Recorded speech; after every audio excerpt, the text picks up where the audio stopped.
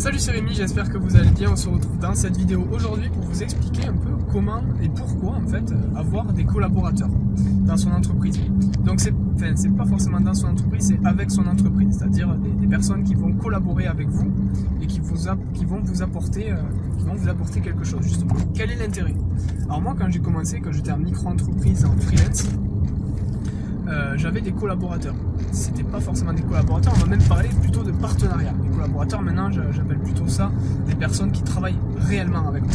Les partenaires, c'est encore différent. Les partenaires professionnels, pour moi, c'est des personnes qui vont vous apporter du business, sur lesquels vous allez pouvoir leur envoyer du business, vous allez pouvoir directement les avoir dans votre carnet d'adresses pour recommander une personne qualifiée. C'est-à-dire que des fois, moi quand j'ai démarré, j'étais vraiment tout petit, j'avais les connaissances que j'avais, mais voilà, j'avais déjà fait certaines choses. J'ai été contacté par une entreprise qui faisait 4 millions par an et qui m'a demandé de refaire son site. Il était développé en brut, donc c'était très très compliqué de pouvoir répondre seul à cette chose, sachant qu'il y avait ils avaient je crois 2 ou 3 salariés sur leur site internet 24 heures, enfin 5 jours sur 7.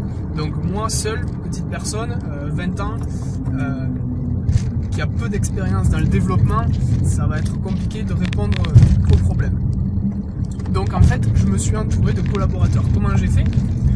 J'avais rencontré une entreprise qui était spécialisée, c'était une agence web qui était spécialisée dans les sites e-commerce, dans les gros sites e-commerce, dans lesquels en fait ils reprenaient tout. Ça peut être du WordPress et du PrestaShop, mais ils pouvaient reprendre quelque chose qui avait été développé en brut. Ils amélioraient tout le process, tout le système avec des nouveaux CMS, donc WordPress, PrestaShop. Et puis après, voilà, ils avaient quelque chose qui tournait, qui était récent, qui était évolutif, qui était beaucoup plus dynamique que ce qu'ils avaient avant. Donc, une fois que je les ai rencontrés, qu'ils m'ont expliqué un peu ce qu'ils faisaient, j'ai pris leur carte de visite. Je me suis dit, bon, je sais pas trop si ça va me servir à quelque chose, mais dans tous les cas, voilà, j'ai leur carte de visite, on sait jamais, on sait vraiment jamais. Donc, j'ai gardé leur carte de visite et quand ce client est justement venu me voir, je leur ai dit, écoutez, je connais quelqu'un, je vais me renseigner exactement sur ce qu'il fait, comment il fonctionne, etc. Et puis après, je reviendrai vers vous, comme ça je vous donnerai le contact, un contact qualifié, qui pourra répondre réellement à votre demande. Même si moi je ne peux pas répondre à votre demande, peut-être que quelqu'un d'autre pourra le faire, et voilà. Donc en fait, c'était vraiment, j'aurais pu dire tout le contraire, c'est-à-dire, écoutez, moi j'ai pas du tout les compétences, j'ai vraiment pas le temps, débrouillez-vous, merci, au revoir. Donc moi, mon objectif, c'était que mon prospect, du coup, soit satisfait du peu d'échanges qu'il a eu avec moi.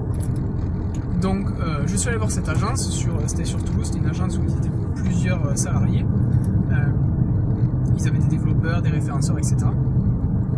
Et ils avaient peut-être 40 ans d'expérience, donc voilà, derrière ça joue beaucoup. Ils développaient même une solution en interne, enfin c'était un gros truc. Donc je suis allé les voir, je me suis présenté, je leur ai dit voilà, moi j'ai un potentiel client qui souhaiterait faire ceci, cela.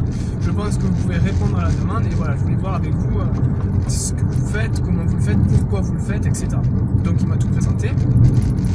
Une fois que j'avais tout en tête, j'ai dit bah, ok, pas de problème. Donc du coup, quel est votre cœur de clientèle?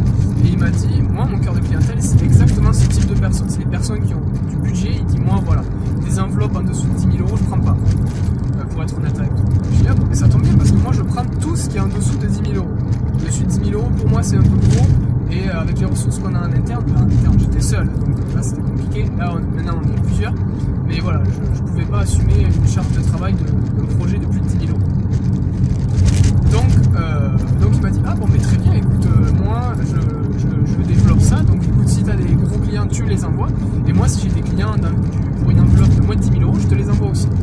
Donc on est parti sur ça. Donc cette personne avait l'habitude de faire des échanges professionnels, parce qu'il était dans des groupes professionnels justement, où il traitait avec des personnes comme ça pour s'échanger du business.